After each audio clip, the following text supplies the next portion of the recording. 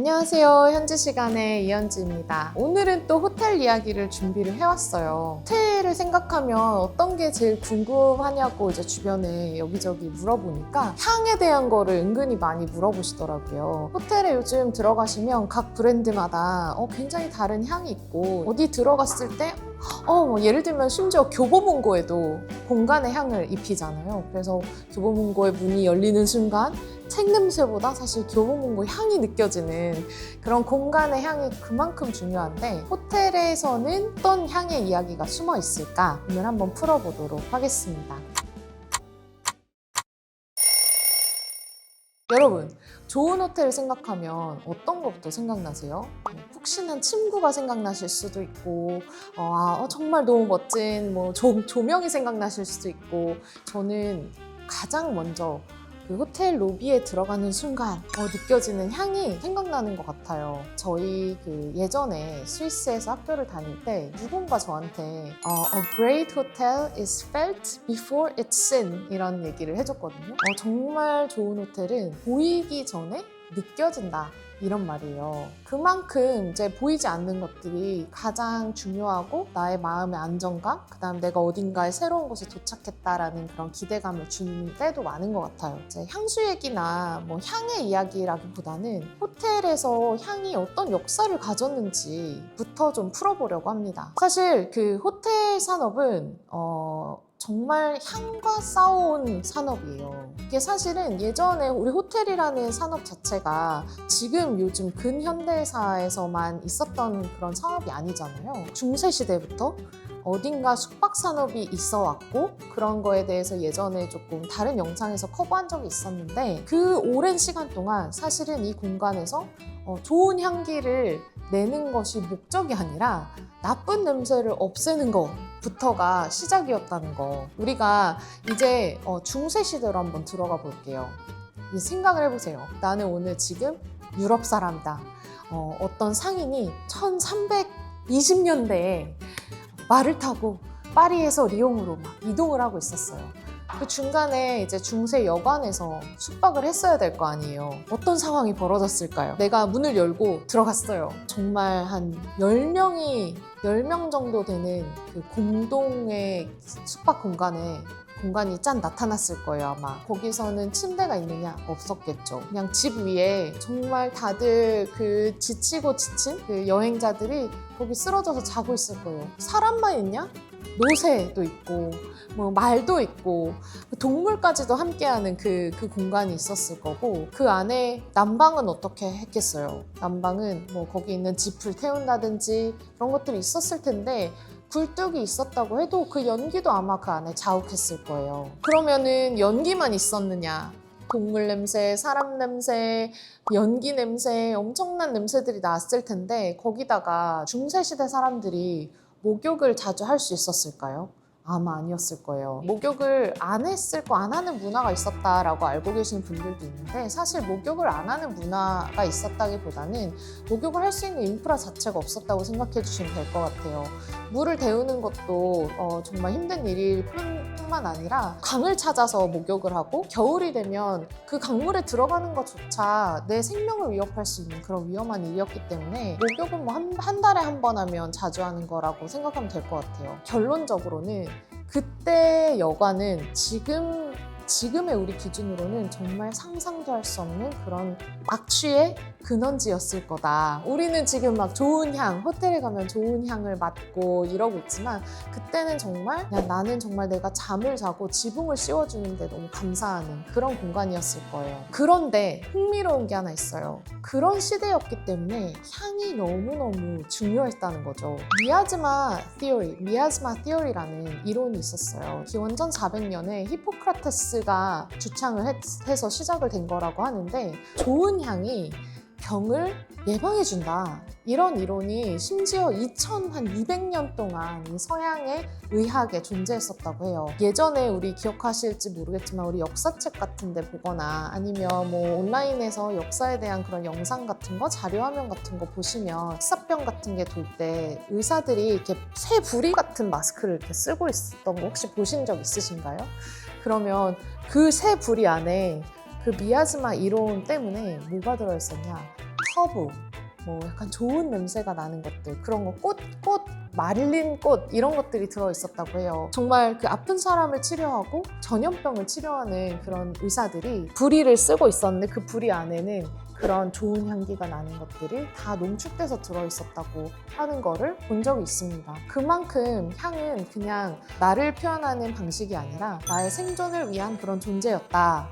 그렇게 좀 요약을 해볼 수도 있을 것 같습니다. 여기서 재미있는 좀 단어의 어원도 좀 말씀드리고 싶었는데, 말라리아라는 병이 있잖아요. 말라리아가 이태리어로 말라 아리아라는 단어의 어원에서 왔다고 해요. 그게 나쁜 공기 이런 말이라고 하는데, 정말 막 냄새가 안 좋은 늪지대에서 막 그런 병이 발병을 했다 막 이런 게 있는데, 나중에 콜레라를 연구하는 영국의 의사인 존 스노우가 그런 콜레라를 연구하다가 이런 역학조사를 하다 보니 지도에 점을 찍어보니 이게 나쁜 공기 때문에 있는 게 아니라 오염된 물이 있는 데서 이런 게 발병을 하더라 라는 거를 이제 처음 알았던 거죠. 미아즈마 이론, 그 정말 향이 나쁜 거를 막아준다, 나쁜 병을 막아준다, 뭐 이런 이론들을 2200년 동안 가지고 있다가 이제 콜레라 연구를 한 그 존 스노우라는 의사를 통해 가지고 이게 향 때문에 그런 게 아니었구나 라는 거를 이제 유럽 사람들이 알아냈다고 합니다. 되게 새로운 사실이지 않나요? 그 당시 사람들은 향이 정말 생존을 보호할 수 있는 도구라고 생각을 했는데, 그래서 그런지 저도 이거는 뭐 근본 본능적인 건지 아니면 약간 학습된 건지는 모르겠지만 좀 청소 상태가 좋든 안 좋든을 이렇게 떠나서 뭐 화장실 문을 열었는데 향이 좋다? 그럼 여기 뭔가 깨끗한 것 같다는 생각을 하기도 하고, 예를 들면 제가 사는 집에, 이건 좀 웃긴 얘기지만 저희 동네에 좀 오래된 빌라들이 많은 동네에 살고 있어요. 그래서 이사를 했는데 꼭 그 게스트 화장실을 열면 배수구 냄새가 꽤 많이 날 때가 있거든요. 분명히 저희는 청소를 매일같이 하는데 제 집인데도 불구하고 문을 열면 여기 더럽다라는 생각이 저도 모르게 본능적으로 들더라고요. 그만큼 향의 그런 존재? 이거는 생존과 연관됐다라는 그런 본능적인 생각들을 아직도 현 인류는 하고 있는 거 아닌가라는 생각을 좀 해봤습니다. 자, 이제는 19세기 유럽으로 좀 가볼게요. 우리가 지난번에 전쟁 이야기를 했을 때 제가 1898년에 제가 정말 좋아하는 파리의 리츠가 개관을 했다고 말씀을 드렸는데 1889년에 그 전에 그 리츠와 버금가는 사보이 호텔이 또 개관을 했습니다. 사보이 호텔의 역사가 굉장히 중요한 이유 중에 하나가 뭔가 하면, 사보이 호텔이 정말 처음으로 모든 객실에 욕실을 만들었어요. 지난번 영상에서 이야기했었던 손탁 호텔, 정말 외교 사절단이 오면 항상 묻는 그런 호텔이었지만 여기에도 마찬가지로 개인 욕실이 없었습니다. 상징적인 호텔이라고 표현하는 파리의 리츠 호텔에서는 가장 중요하게 여긴 게 주방에서 조리하는 음식 냄새가 객실로 올라가지 않는 것, 그리고 환기시설, 이것을 굉장히 중요하게 생각을 했습니다. 그 세자르 리츠는 그때부터 깨달았던 거예요. 냄새 없는 공간, 좋은 향이 나는 공간이 정말 이제 새로운 럭셔리라는 그런 생각을 이제 했던 거죠, 벌써. 그 사보이 호텔이 당시에 개인 욕실을 만들었을 때 모든 신문사들이 그걸 다 비웃었다고 해요. 도대체 숙박시설 왜 필요하냐부터 시작을 해가지고. 그런데 그 두 호텔의 청결함, 냄새 없는 공간이 그 당시에는 엄청난 사치였다는 걸 보여주는 반응들인 것 같습니다. 자, 그러면 19세기 호텔에서 가장 사치가 되는 것이 냄새를 없애는 것이었다면 우리가 아는 호텔의 향의 역사는 언제 시작됐을까요? 20세기에 오면 그 향의 역사가 시작이 됩니다.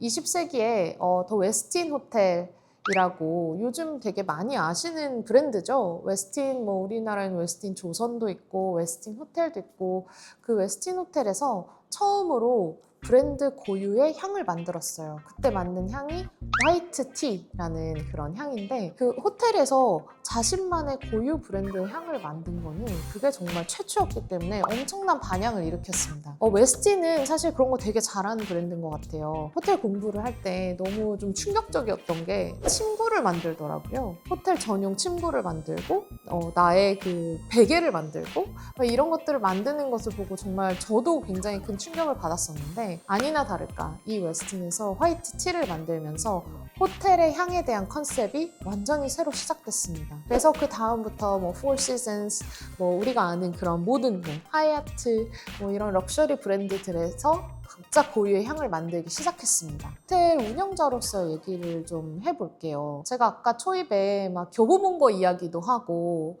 호텔에 들어갔을 때 가장 처음 느껴지는 향이 가장 많이 기억에 남는다 이런 이야기들을 드렸는데, 내가 묵는 객실 안에서 나는 냄새보다는 정말 처음 로비로 진입할 때 문이 열리면 나는 냄새를 굉장히 각인되게 기억들을 많이 하시잖아요. 왜 호텔들은 객실보다 로비에 향을 더 진하게 쓸까? 그 이유는 바로 첫인상에 있습니다. 제가 향수를 되게 좋아한다고 말씀드리면서 향수 이야기를 찍을 때 우리의 오감 중에서 가장 유일하게 아무 매개체 없이 뇌에 우리 감정을 담당하는 해마로 바로 전달이 되는 거라고 이야기를 한번 드린 적이 있어요. 그렇기 때문에 호텔들은 이 첫인상에 굉장히 많은 힘을 주고 싶어 합니다. 사실 객실 안에 향을 많이 배치를 한다는 거는 이건 정말 호불호가 있을 수도 있고, 내가 진짜 숙박을 하고 내 개인 공간으로 가지고 있는 공간에 진한 향을 입힌다는 거는 어떻게 보면 반대 효과를 줄 수도 있는 그런 행위이고, 로비에서의 그런 첫인상, 내가 여행을 왔다 체크인을 하는 순간, 문이 열리는 순간 나에게 나는 향은 내 여행에 대한 그런 심리적인 기대감, 그 다음에 이 호텔에 대한 이미지, 이런 것들이 가장 강력하게 각인될 수 있는 그런 툴이기도 합니다. 혹시 프루스트 효과라는 거 들어보셨는지 모르겠어요. 1900년대에 굉장히 유명한 말셀 프루스트라는 그런 프랑스 시인이 있는데, 이 사람이 쓴 그 책에 보면은 그런 구절이 나와요. 내가 좋아하는 마들렌을 그 홍차 안에 이렇게 찍어서 거기에서 나는 냄새에서 갑자기 어린 시절의 추억이 갑자기 확 떠오르는 그런 기억을 한다는 그런 구절이 나오는데, 그만큼 향에서는 굉장히 향수와 기억을 불러일으키는 그런 힘이 있습니다. 호텔이 시그니처 향을 만드는 이유는 아까 그 프루스트 효과와 굉장히 관련이 있습니다. 내가 생각하는 그 호텔의 이미지가 향으로 기억되는 경우가 굉장히 많거든요.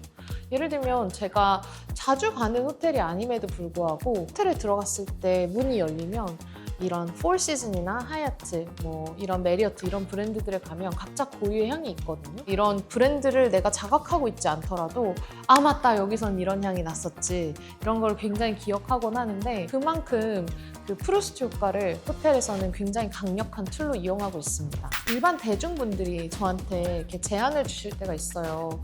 호텔에 가면 뭐 디퓨저로 향을 많이 피우시니까 디퓨저 개발 같은 걸 해보시면 어때요? 라는 얘기를 해주실 때도 있는데, 여기에서 업계 비밀을 좀 말씀드리면, 호텔이란 공간은 너무 크기 때문에 이렇게 디퓨저나 향수나 룸 스프레이 가지고는 호텔에서 나는 냄새를 절대 구현할 수 없어요. 어떻게 향을 스프레드 아웃 하는가, 어떻게 향을 퍼뜨리는가 다들 궁금해 하시는데, 바로 그 비밀은 공조 시스템에 있습니다. 공조 시스템이 우리 환기도 하고 냉난방 조절도 하고 그러잖아요. 타이밍을 조절해서 어느 시간에 어느 주기로 어떤 향을 어느 강도로 퍼뜨리는지까지 다 세팅을 할 수가 있어요. 저희 리조트 같은 경우에도 사실 향을 로비 따로, 그다음에 지하 공간 따로, 객실층 따로 이렇게 개발을 해가지고 지금 시그니처 향을 운영을 하고 있는데, 그거를 다 공조 시스템을 통해서 퍼뜨리고 있습니다. 공조 시스템을 이용하는 그 장단점이 있을까요? 있습니다.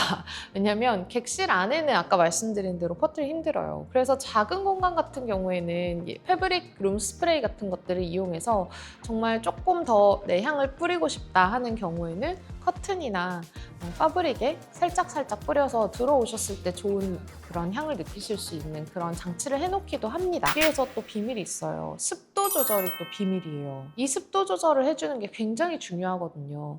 근데 신축 호텔이나 럭셔리 호텔에서는 이 공조 시스템을 다 각자 개인 객실에서도 조절할 수 있도록 개별 공사를 해놓으시는데, 저희 같이 좀 오래된 건물을 운영하는 그런 운영자 분들께서는 아마 저랑 같은 고민들을 많이 하고 계실 거예요. 오래된 빌딩에서 사실은 온습도 조절을 중앙 방식에서 조절을 한다는 게 굉장히 어려운 일이거든요.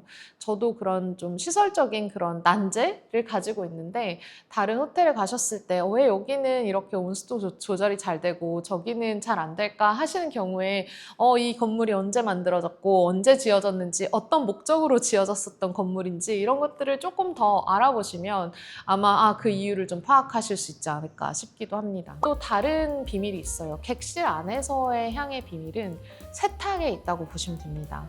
그 안에 가면 사실 가장 메인이 뭘까요? 침대예요. 침대에서 나는 침구의 냄새 이런 거 정말 중요하잖아요. 그리고 이제 안에 들어갔을 때 침구 안에 들어갔을 때 내가 자는 침대가 진짜 잘 위생적이고 정말 좀 깨끗한지 이런 게 느껴지는 여러 가지 장치가 있지만 아무래도 냄새가 가장 중요할 거예요. 오늘은 호텔의 향에 대한 이야기를 되게 많이 했어요. 제가 처음부터 호텔의 역사와 호텔의 향의 역사에 대해서 좀 먼저 짚고 넘어간 이유는 우리 문명의 역사와 함께 했다고 봐주시면 될 것 같아요. 지금은 럭셔리의 그런 브랜딩의 한 일환으로 여겨지는 이 향이 사실 예전에는 생존과 관련된 것이었다. 과거의 호텔에서는 향을 없애는 게 목표였으면 현대 호텔에서는 향을 만드는 게 목표다. 이게 정말 우리 인류가 어느 정도 발전을 했고 우리 문명이 어느 정도 발전했는지 안전한 환경에서 살고 있는지 이런 여러 가지를 한번 다시 생각해 보면 와 너무 신기하기도 하고 재미있는 것 같다는 생각을 저는 개인적으로 했습니다. 여러분 보시는 동안 호텔의 향 그리고 인류 문명의 향에 대해서 어떤 생각을 하셨는지 함께 나눠주시면 재미있을 것 같습니다. 오늘의 현지 시간은 오후 4시 8분입니다. 감사합니다.